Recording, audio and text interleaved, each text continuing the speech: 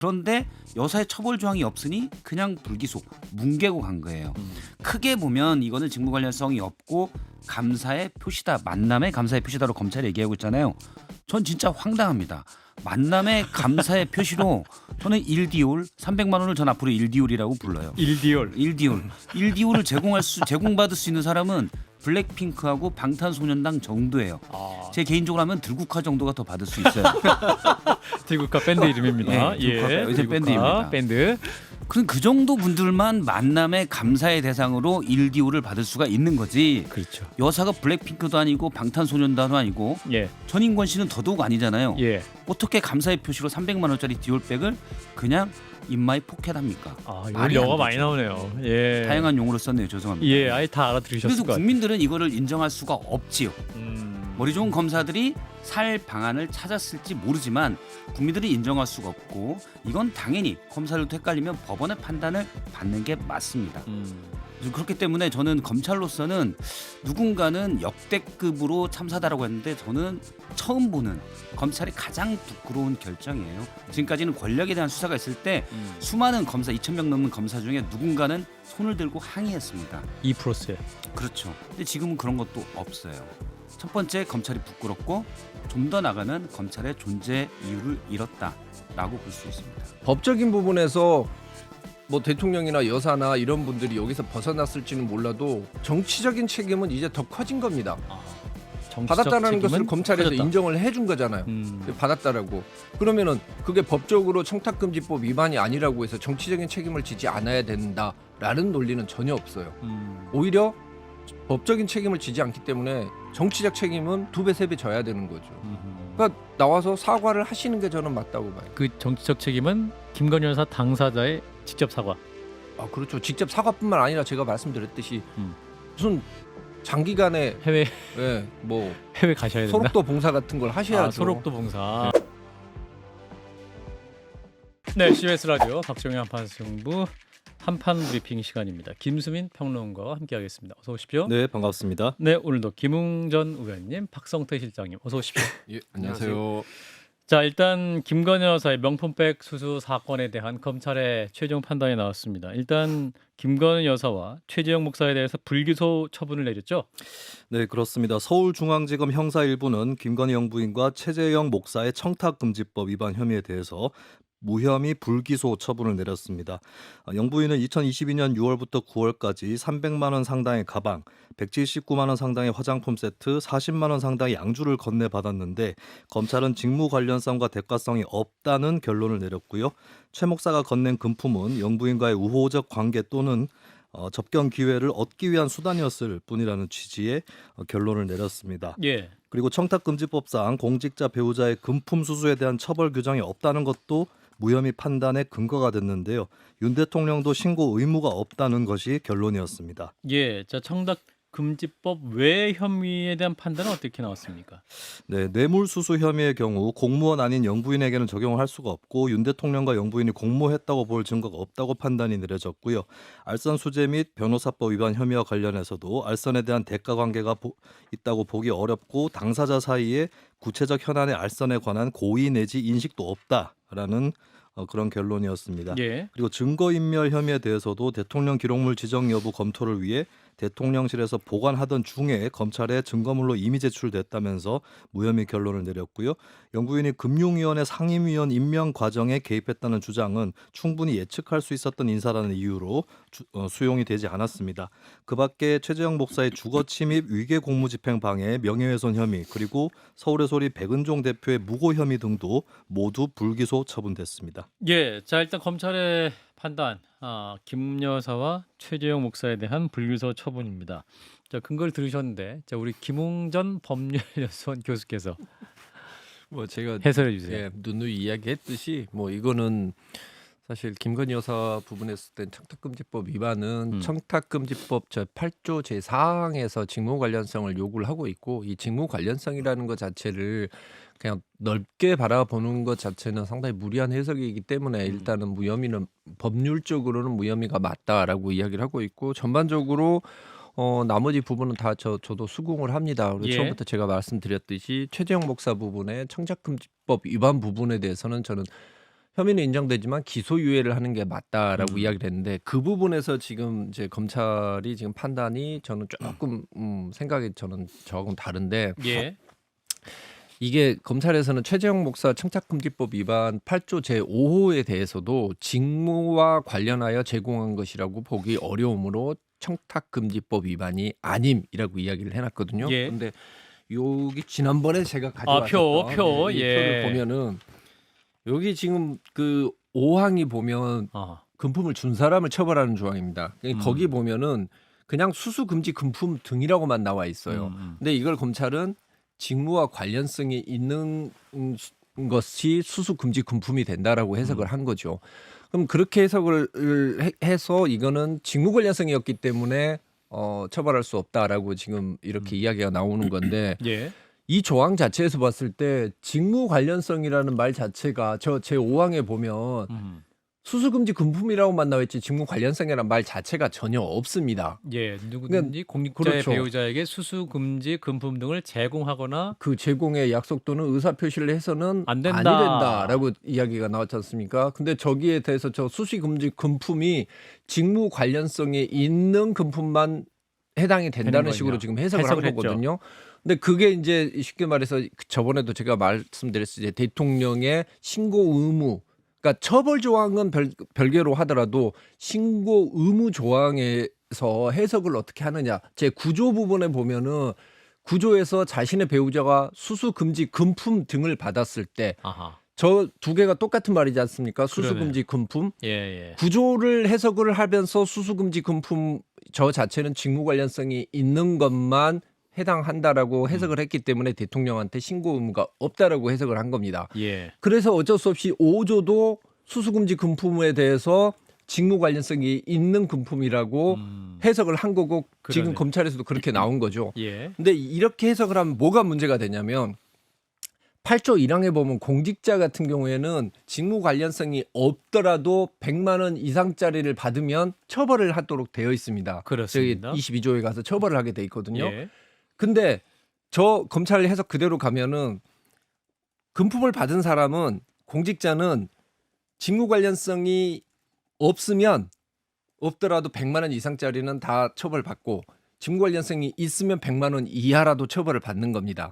둘 중에 어느 경우라도. 예. 근데 검찰의 지금 5항에 대한 해석대로 가게 되면은 주는 사람은 직무 관련성이 있는 것만 처벌을 한다고 이렇게 한 거죠. 그러면은 직무 관련성이 없는 100만 원 이상짜리를 받은 공직자는 처벌을 받는데 준 사람은 처벌을 안 받는 모순이 발생해 버리는 거예요. 예. 그러니까 이렇게 해석을 해서는 안 되는 거죠.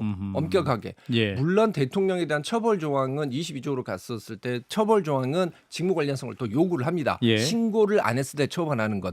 하지만 처벌과 별개의 신고 의무는 저는 존재한다고 계속 주장을 해왔고 그거를 피해가기 위해서 지금 최재형 목사에 대해서도 직무 관련성이 있어야지만 준 사람만 처벌한다는 거죠. 그래서 결론적으로 그렇게 되면은 그럼 반대로 직무 관련성이 없이 없기만 하면 막 줘도 되는 공직자한테 몇백만 원을 줘도 준 사람은 처벌을 안 받게 되는 그런 지금 결론이 난 거예요. 그러니까 이거는 좀 잘못된 거라고 보고 또 한 가지 중요한 건 뭐냐면 이건 법적인 문제예요. 법적인 부분에서 뭐 대통령이나 여사나 이런 분들이 여기서 벗어났을지는 몰라도 정치적인 책임은 이제 더 커진 겁니다. 받았다는 것을 검찰에서 인정을 해준 거잖아요. 받았다라고. 그러면은 그게 법적으로 청탁금지법 위반이 아니라고 해서 정치적인 책임을 지지 않아야 된다라는 논리는 전혀 없어요. 오히려 법적인 책임을 지지 않기 때문에 정치적 책임은 2배, 3배 져야 되는 거죠. 그러니까 나와서 사과를 하시는 게 저는 맞다고 봐요. 그 정치적 책임은 김건희 여사 당사자의 직접 사과. 아, 그렇죠. 직접 사과뿐만 아니라 제가 말씀드렸듯이 무슨 장기간에 해외 뭐 해외 가셔야 된다. 소록도 봉사 같은 걸 하셔야죠. 소록도 봉사. 예, 해외까지는 아니고 소록도 봉사라고 섬으로. 섬으로. 예. 자, 박 시장님 그 지난 시간에 비해서 좀 더 쉽게 이해가 이번엔 좀 이해되셨죠? 예. 물론 이제 법무연수원 전 교수님께서 예. 길게 설명해 주셨지만 예. 저는 예를 들어서 그럴 가능성은 있다고 봐요. 그러니까 머리 좋은 검사들이 똘똘 뭉쳐서 여사가 빠져나갈 방안을 찾아보자. 그럼 찾아가는 방안은 만들 수 있다고 봐요. 예. 근데 일반 국민적 저도 이제 전직 언론인일 때도 청탁금지법상 언론인도 사기업인 기자들도 공직자가 됩니다.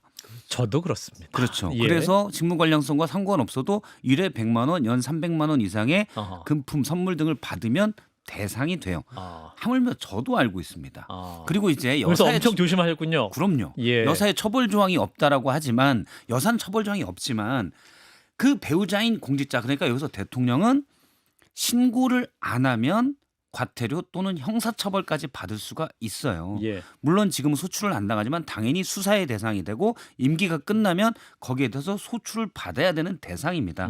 그런데 여사의 처벌 조항이 없으니 그냥 불기소 뭉개고 간 거예요. 크게 보면 이거는 직무 관련성이 없고 감사의 표시다. 만남의 감사의 표시다로 검찰이 얘기하고 있잖아요. 전 진짜 황당합니다. 만남의 감사의 표시로 저는 1디올 300만 원을 전 앞으로 1디올이라고 불러요. 1디올. 1디올을 제공받을 수 있는 사람은 블랙핑크하고 방탄소년단 정도예요. 아. 제 개인적으로 하면 들국화 정도가 더 받을 수 있어요. 들국화 밴드 이름입니다. 네, 들국화 요새 들국화 밴드입니다. 밴드. 그럼 그 정도 분들만 만남의 감사의 대상으로 1디올을 받을 수가 있는 거지. 그렇죠. 여사가 블랙핑크도 아니고 방탄소년단도 아니고 예. 전인권 씨는 더더욱 아니잖아요. 예. 어떻게 감사의 표시로 300만 원짜리 디올백을 그냥 인마이 포켓합니까? 아, 말이 이거 안 영어 많이 되죠. 나오네요. 예. 다양한 용어로 썼네요. 죄송합니다. 예, 아예 다 알아들으셨을 그래서 것 같아요. 국민들은 이거를 인정할 수가 없지요. 음. 머리 좋은 검사들이 살 방안을 찾았을지 모르지만 국민들이 인정할 수가 없고 이건 당연히 검사들도 헷갈리면 법원의 판단을 받는 게 맞습니다. 그래서 그렇기 때문에 저는 검찰로서는 누군가는 역대급으로 참사다라고 했는데 저는 처음 보는 검찰이 가장 부끄러운 결정이에요. 지금까지는 권력에 대한 수사가 있을 때 수많은 검사 2,000명 넘는 검사 중에 누군가는 손을 들고 항의했습니다. 2%세. 그렇죠. 근데 지금은 그런 것도 없어요.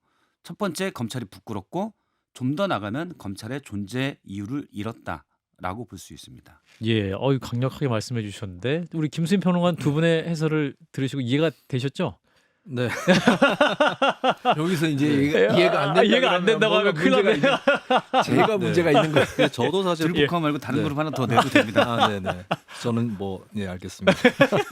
법조문 해석 관련해서 저도 의문이 있었던 것이 이제 뭐 직무 관련성 여부가 굉장히 논쟁적인데 그렇죠. 설령 직무 관련성이 없다고 해도 그렇다 치더라도 이제 사실 최재형 목사의 경우는 기소를 해야 되는 것 아닌가라는 생각이 있었습니다. 왜냐하면 아까 설명을 해주시긴 했는데 수수금지 금품이란 무엇인가라고 했을 때 사실 김웅전 교수님 같은 경우는 직무 관련성이 없어도 수수금지 금품이 있는데 그렇죠. 그것을 공직자의 배우자가 받아도 수수금지 금품이다. 다만 배우자가 처벌을 받지 않을 뿐이고 또 이제 그 공직자도 신고 의무는 있는데 안 했다고 해서 처벌하는 건 또 아니기 때문에 예, 그 정도 수준이라고 본 거거든요. 근데 예. 검찰에서는 직무 관련성이 배우자의 경우에는 있어야 그것만 수수금지 금품이다라고 한정을 한 것 같아요. 그렇죠. 예, 그리고 그렇기 때문에 윤 대통령도 신고 의무도 없는, 그러니까 신고 안 했을 때 처벌만 안 받는 게 아니라 신고 의무조차 아예 없다라고 해석을 한 것 같은데 이 부분은 다른 걸 떠나서 뭐 사실관계라든지 다른 법률의 적용이라든지 이런 걸 떠나서 이 부분은 논란이 될 수밖에 없지 않을까. 법조문의 해석에 대해서도 예, 이런 제가 생각이 듭니다. 더 확실한 걸 그 증거가 항상 증거가 있어야 되는데 예. 권익위에서 발행한 책자가 있습니다. 내가 그걸 안 가져왔는데 그 책자 중에 하나가 이건데 청탁금지법 해설서라는 책이 있어요. 그 책에 보면 뭐라고 나오냐면 예. 100만 원 이상의 금품은 직무 관련성이 없더라도 수수금지 금품 등에 포함을 시킨다라고 나와 있어요. 아하. 그 이유가 왜 그러느냐? 장래 적당한 시점에 활용하기 위한 잠재적인 직무 관련성을 내포하기 때문이다. 그러니까 100만 원 이상 받으면 우리 김웅 교수님이 나한테 100만 원짜리 백을 한번 그렇죠. 줬었지 하고 그렇죠. 10년 후에라도 생각나니까. 그렇죠. 그래서 이걸 처벌 조항을 있는 거예요. 그러니까 이 문구 자체를 보면 권익위가 나왔던 문구 자체를 보면 수수 금지 금품 등에는 직무 관련성이 없는 100만 원 이상 금품이 포함된다라는 것을 명확하게 써놨어요. 제가 다시 한번 읽어드릴게요. 100만 원 이상 금품은 직무 관련성이 없더라도 수수금지 금품 등에 포함시키는 것은 장래 적당한 시점에 활용하기 위한 잠재적인 직무 관련성을 내포하기 때문이다. 중요한 해석이네요. 책에 나와 있습니다. 예. 근데 책이 아니고 PDF 파일이어서 제가 그걸 책을 들고 와서 흔들어야 되는데 PC를 흔들어 주세요. 예. 그래서 이게 수수금지 금품 등의 직무 관련성이 있는 것만 해당된다라고 해석하는 것 자체가 사실은 저 권익위가 그 책을 자기들이 낸 책도 자기들이 다 안 읽어본 거예요. 저는 읽어봤습니다. 예. 저는 과거에는 이제 검경 수사권 조정할 때도 여기까지. 예. 수사에 대해서는 검찰이 권력에 대한 수사는 좀 더 낫다라는 생각을 가지고 있었어요. 아하. 장기적으로는 중수청이나 이런 독립적 수사기관이 따로 필요할 수도 있지만 권력은 검찰은 오랫동안 김웅 의원님 검찰에 오래 계셨지만 검찰은 오랫동안 권력 수사를 해온 전통과 또 기계가 있어요. 그래서 저는 그래도 권력 수사는 경찰은 사실 권력에 취약하거든요. 그래서 검찰이 낫다고 생각했는데 이번 여사 수사 관련돼서 그게 깨졌다고 봅니다. 네, 그래서 제가 앞서 존재의 이유를 잃었다라고 얘기한 거고 예. 우리가 영화에서 봤지만 하정우 씨가 연기했던 당시 최영 검사가 박종철 열사의 고문치사 부검에 대해서 정말 딱 하잖아요. 그런 기계들의 전통이 이어져 왔거든요.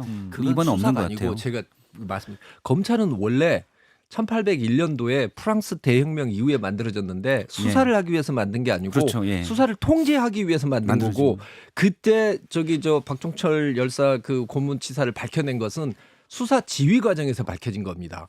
그래서 수사 지휘가 살아나야 된다라고 주장하는 거고요, 제가. 예. 예. 영화 1987 얘기까지 나왔어요. 오늘 어느 시사 프로에서 볼 수 없는 고품격 토론을 세 분이 진행해 주셨고, 자, 그럼 우리는 또 저녁 만찬 얘기로 넘어가 보도록 하겠습니다. 고품격이면 아까 제가 일디오름 빼겠습니다. 일디오 고품격이 좀 떨어진 것 괜찮았어요. 같아요. 괜찮았어요. 유머도 고급이었어요. 네, 기울에 좀 고품격이 떨어진 것 같아서. 네. 자, 대통령이 이제 여당 지도부를 만납니다. 추경호 원내대표가 먼저 제의했다고 하는데 문제는 이제 한동훈 대표가 초청회에서 빠져가지고 이게 뭐냐? 뭐 이런 얘기인 거죠. 네, 오늘 만찬에 참석을 하는 국민의힘 인사는 원내 지도부와 상임위원장단 그리고 상임위 여당 간사단인데요. 추경호 원내대표는 국회에서 기자들과 만난 자리에서 자연스럽게 이뤄진 자리고 통상적인 행사라는 취지로 설명을 하면서 정치적 해석을 경계했습니다. 하지만 정치권에서는 한 대표가 요청했던 독대가 아직 이루어지지 않은 상태라는 점, 그리고 오는 4일 또는 5일에 있을 본회의에서 영부인 관련 특검법과 최혜병 특검법 재표결이 이뤄질 예정이라는 점에서 뒷말이 나오고 있는데요. 개혁신당 이준석 의원은 자신이 국민의힘 대표 시절 겪었던 건 패싱 수준이지만 한 대표가 빠진 것에 대해서는 대놓고 무시하고 때리네라는 생각이 든다라고 말하기도 했습니다. 예, 자 이따 노코 때리면서 본격적으로 얘기하겠습니다만 두 분 한 말씀씩 짧게 전해주실까요? 이 만남 어떻게 봐요? 일부러 뺀 거냐? 둘 다 똑같은 것 같아요. 뭐 얼마 전에 보면은 그 한동훈 대표도 뭐 대통령이 참석하는 행사에 30분 전에 뭐 불참 통보했다 그러고 저기 대통령실 입장에서 이야기를 하자면 가장 먼저 밥 먹자고 했었을 때 거부했던 건 또 한 대표이기 때문에. 아하. 근데 참 이런 모습을 보면서 국민들이 참 한심하다고 생각할 것 같습니다. 제가 한 대표와의 만찬을 대통령이 거부하고 또 한 대표도 거부했을 때 예. 다른 방송에서 그런 얘기를 했습니다. 식구가 아니다. 밥을 같이 먹어야 식구인데. 근데 지난번에 24일 날 밥은 같이 먹었지만 예. 분위기가 싸했다고 전해지잖아요. 예. 식구들이 밥 먹는 자리는 아니었던 거죠. 누구는 최후의 만찬이라고 표현을 하던데. 그런데 저는 오늘 이제 만찬이 우리가 식구다. 이런 만찬인 것 같아요. 오늘은 진짜 우리만 식구다. 예, 우리가 식구다는 거는 이제 달리 말하면 우리가 많이 들었던 우리가 남이가 요것과 연계되는 거고 우리가 식구다라는 거는 바로 쟤는 남이다가 쟤는 남이다를 내포하고 있는 거예요. 쟤는 남이다. 예, 쟤는 남이다. 여기서 쟤는 누구인지. 예, 그럼 뭐 그냥 한동훈 대표와 그의 친구들이 되겠죠. 그런데 쟤는 남이다라는 건 뭐냐면 저는 이제 김건희 특검법 재의결을 앞두고 한동훈 대표가 약간 세력화해서 그걸로 압박 카드를 쓸 수가 있거든요. 대통령도 자기 식구들을 더 늘려서 저쪽으로 넘어가지 말라는 신호를 보일 필요가 있어요. 그래서 밥을 먹으면서 화기애애하게 우린 식구고 쟤는 남이니 쟤랑 말 섞지 마라. 말은 섞겠죠. 근데 손잡지 마라. 요런 신호, 요걸 이제 분류화라고 하는데 분류화의 목적은 제가 남인 거를 보여주기 위한 거예요. 대부분의 남을 배제하기 위한 겁니다. 예. 그런 과정이라고 봐요. 예. 쟤는 열받겠죠. 예, 여기서 쟤와 제 친구들에 해당하는 김정혁 최고위원을 잠시 후에 만날 거기 때문에 그 얘기는 이따가 그럼 예전 선배니까 쟤라는 표현은 알겠습니다.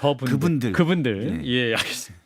자, 여기 시구 좀 해봐야 될 것 같아서. 자, 국회 법사위로 잠깐 가보겠습니다. 오늘 박상용 검사에 대한 탄핵소추 사건 조사 청문회가 있었는데, 이제 이 검사가 그 대북 송금 의혹을 수사해왔던 검사입니다. 그러니까 이재명 대표에 대한 수사도 했던 분인데 이 자리에 이화영 전 부지사가 출석을 해서 검찰에게 압박을 받았다 이런 주장을 했습니다. 그 화면이 준비되어 있는데 영상을 보고 말씀을 이어가겠습니다. 결국은 박상용 검사 1313 우리 지금 얘기하고 있는데 소위 말하는 연어 파티, 술 파티, 진술 세미나가 있었습니까? 네, 당연히 있었습니다. 여러 차례 있었습니다. 여러 차례. 그렇습니다. 법정에서는 한 차례 정도 얘기하지 않았나요? 술을 마신 건 한 번이었었고 예. 그 이외에 다양한 음식을 제공해갖고 같이 모여가지고 음식과 다과를 즐기면서 대화를 하고 있었던 것은 뭐 수십 회라고 할 수 있습니다. 거의 네. 같이 출정했었던 거의 모든 날들은 그 창고라는 공간에 모여가지고 누가 사왔는지는 모르겠지만 여러 가지 다과와 또 외부에서 들어온 음식을 먹으면서 그와 같은 뭐 대화를 계속 지속적으로 반복했고 이렇게 해갖고 저를 끊임없이 회유하고 압박한 그런 네, 과정들이 알겠습니다. 있었습니다. 네. 자 정청래 법사위원장과 이제 이화영 전 부지사의 목소리를 들으셨는데 자 이제 오늘 청문회 이제 이화영 전 부지사는 출석을 했지만 주요 증인들이 대거 안 나왔어요. 네, 채택된 증인 31명 중에 이화영 전 부지사를 포함해서 7명만 참석을 했고 박상용 검사를 포함한 여러 증인들이 불출석했습니다. 예. 이 전 부지사는 이번에 재차 검찰에게 지속적이고 강압적인 회유와 압박을 받았다면서 박 검사 검사실인 1313호 창고를 회유 장소로 지목했고요. 예. 또 자신과 김성태 전 쌍방울 회장, 박용철 부회장, 안부수 전 아태협 회장 등이 2달 정도 해당 공간에 같이 있으면서 대질 조사라는 명분하에 검찰이 진술을 짜맞추고 교정하는 세미나가 반복됐다고 주장을 했습니다. 반면에 국민의힘 유상범 의원은 오늘 청문회는 이화영, 이재명 재판에 관여할 목적으로 진행되는 청문회라고 비판했고요. 송석준 의원은 박상용 검사 탄핵 사유 7가지 중 어느 하나 제대로 근거를 갖춘 게 없다는 지적을 했습니다. 예, 자 오늘 박상용 검사에 대한 탄핵 소추 사건 조사 청문회 자리. 예, 자 우리 김웅 전 의원께서 어떻게 보셨는지.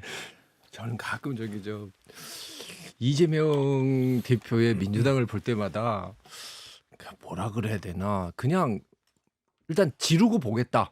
그러니까 뭐 예를 들면은 뭐 남대문이 철로던 대문이다라고 주장을 하고 그냥 계속 그냥 밀어붙이는 거예요. 그냥 그래서 밀어붙여서 야 이게 사실이니까 이 많은 사람들이 이런 이야기를 하겠지라고 거짓을 둔갑을 시키는 거죠. 예. 그냥 저분이 이야기하는 것은 딱 한마디로 바로 배척이 가능합니다. 이화영 씨가 저 주장을 법원에 가서 이야기를 했고 그래서 9년 6개월을 선고를 받았습니다. 예. 9년 6개월을 아마 보시면 알겠지만 9년 6개월 나오는 건 쉽지가 않아요. 정말 엄청나게 그 중한 죄라는 걸 인정이 된 거고 특히 재판부가 이런 이야기를 했어요. 계속 피고인은 반성하지를 않고 비합리적인 변명을 계속 일관해서 중형 처벌이 불가피하다라고 이야기한 겁니다. 여기서 비합리적 변명이 바로 이 술자리 회유가 되는 것이고 그 실제로 저 구치소에 있는 그 미결수들이 조사 받으러 갔을 때 저녁에 조사 끝나고 나서는 밥을 먹어요. 같이 예. 밥을 같이 먹는데 아, 예. 지금 그 밥 먹는 걸 마치 무슨 밥 먹고 저 같은 건 믹스 커피도 타드리고 저걸 가지고 다과를 같이 하고 있는 무슨 자리다. 지금 그걸로 둔갑을 시킨 것 같은데 만약에 저 말이 정말 저렇게 회유를 한 게 실제로 가능했다라고 하면은 예. 9년 6개월은 결코 나오지 않습니다. 그리고 실제로 나오게 되면은 교도관들이 다 거기서 지켜보고 있어요. 그 교도관이 만약에 그 상황에서 당신 나가라 그래도 못 나갑니다. 계속 지켜보고 있으면서 뭐 예를 들면은 뭐 영화에서 보면은 몰래 담배도 한 대 주면서 뭐 피우라고 하고 이러는데 그 난리가 나는 거예요 요즘에는. 근데 뭐 거기에서 술자리 판을 벌리고 무슨 창고 제가 중앙지검에서 몇 년을 근무를 했습니까? 그런 창고 같은 저런 뭐 무슨 비밀스러운 공간 자체가 아예 없어요. 몰래 쓰는 엘리베이터는 하나 있습니다. 그건 제가 알지요. 야, 1313호 앞에 창고는 없다. 예, 경험을 바탕으로 말씀 주셨고 박 시장님. 저는 사실 이 탄핵 청문회를 왜 한지를 모르겠어요. 그런 거 하지 말라고 제가 야당 의원들한테도 얘기했는데 야당 의원들도 그런 생각들이 좀 많이 있어요. 근데 일부가 하려고 하면 거기 음. 대놓고 반대를 못하는 분위기가 좀 있습니다. 그거는 민주당의 참 안 좋은 분위기인데 있어요. 근데 이화영 부지사의 진술은 저도 참 믿기가 어려워요. 이분이 자꾸 진술을 왔다 갔다 하고 그렇죠. 변호인도 자꾸 바뀌기도 했었고 뭐 그랬잖아요. 네. 일단 너무 말이 자주 바뀌었고 물론 어느 건진 모르겠지만 제가 뭐 따로 다 가서 탐사처럼 조사를 한 게 아니니까요. 모르지만 이분 말 중에 일부는 사실일 수도 있는데 너무 많은 것들에서 말이 바뀌었습니다. 이게 쟁점은 이제 검사가 회유했다라는 거의 쟁점은 저거잖아요. 쌍방울이 그 대북 경비에 대한 대납했다라는 부분에 대해서 처음에는 그거를 이재명 당시 경기도지사 때 보고했다고 했다가 나중엔 다시 아니다 이건 검사의 회유 압박에 의해서 그렇게 된 거다라고 말을 바꾸는 과정입니다. 그런데 이분이 했던 정황들이 그 정황으로 너무 바뀝니다. 술 먹어서 얼굴이 벌개졌다고 그랬다가 아니다 술 냄새가 나서 내가 종이컵만 댔다가 안 먹었다고 그랬다가 근데 그거는 개인이 헷갈릴 수가 없는 부분이거든요. 술을 아. 마신 것과 입만 댄 것은 아. 더군다나 얼굴이 벌개질 정도면 아. 그리고 말씀하셨던 1313호의 창고도 창고였다가 영상 녹화실이었다가 많이 바뀌고 아. 물론 창고인가 영상 녹화실이든지 또 날짜도 좀 바뀌어요. 근데 그 날짜도 물론 정확히 기억하기 어려워서 혼동할 수가 있는데 저는 술 마신 부분이나 이런 부분이 바뀌었고 또 관련 진술에 대해서도 변호인이 중간에 한번 바뀝니다. 그러니까 변호인이 바뀌면서 거기에서도 뭐 진술을 어떻게 바꿔야 되는지 이런 부분들이 있어요. 이분 말 중에 일부는 사실일 게 있겠지만 저희가 뭐 그걸 다 샅샅이 조사하지 않는 과정에서 이분 말 진술이 너무 좀 다른 것들도 있기 때문에 전체적으로는 일단 보류할 수밖에 없습니다. 그런 상황에서 저는 굳이 민주당이 사실은 뭐 민주당이 많은 지지하는 분들은 또 지지하는 분 중에 일부는 이화영 부지사의 말을 강력히 믿을 수도 있지만 안 그럴 분도 있거든요. 예. 굳이 국가적으로 현안이 많은 이때 이 탄핵 청문회를 했어야 되느냐라는 저는 생각이 듭니다. 오히려 뭐 의료 문제 가지고 국정에서 뭘 한다든지 이게 더 낫지 않았을까. 지지층이 똘똘 뭉치는 계기는 되겠지만 이런 부분이 외연을 확장시킬 수 있는 계기는 될까? 저는 그렇지 않다고 봅니다. 김수인 평론가 오늘 청문회 주목해서 보신 장면이 있다면 짧게. 네, 일단 제가 좀 평소에 의아했던 거는 이제 술자리가 있었다라고 하는 그 시점 즈음을 비교를 해보면 예. 사실 이재명 대표에게 불리한 진술을 이화영 전 부지사가 했다고 알려진 시점보다 뒤의 일이거든요. 그러면 이제 진술을 그렇게 해놓고 나서 회유를 받았다는 것인가 이 부분에 대해서는 좀 기본적으로 궁금증이 있었고 예. 이 부분에 대해 좀 뭐 설명이 필요하지 않을까 이런 생각이 또 들었습니다. 예. 자, 우리는 일단 여기까지 보겠습니다. 김수인 평론가였습니다. 고맙습니다. 네, 감사합니다.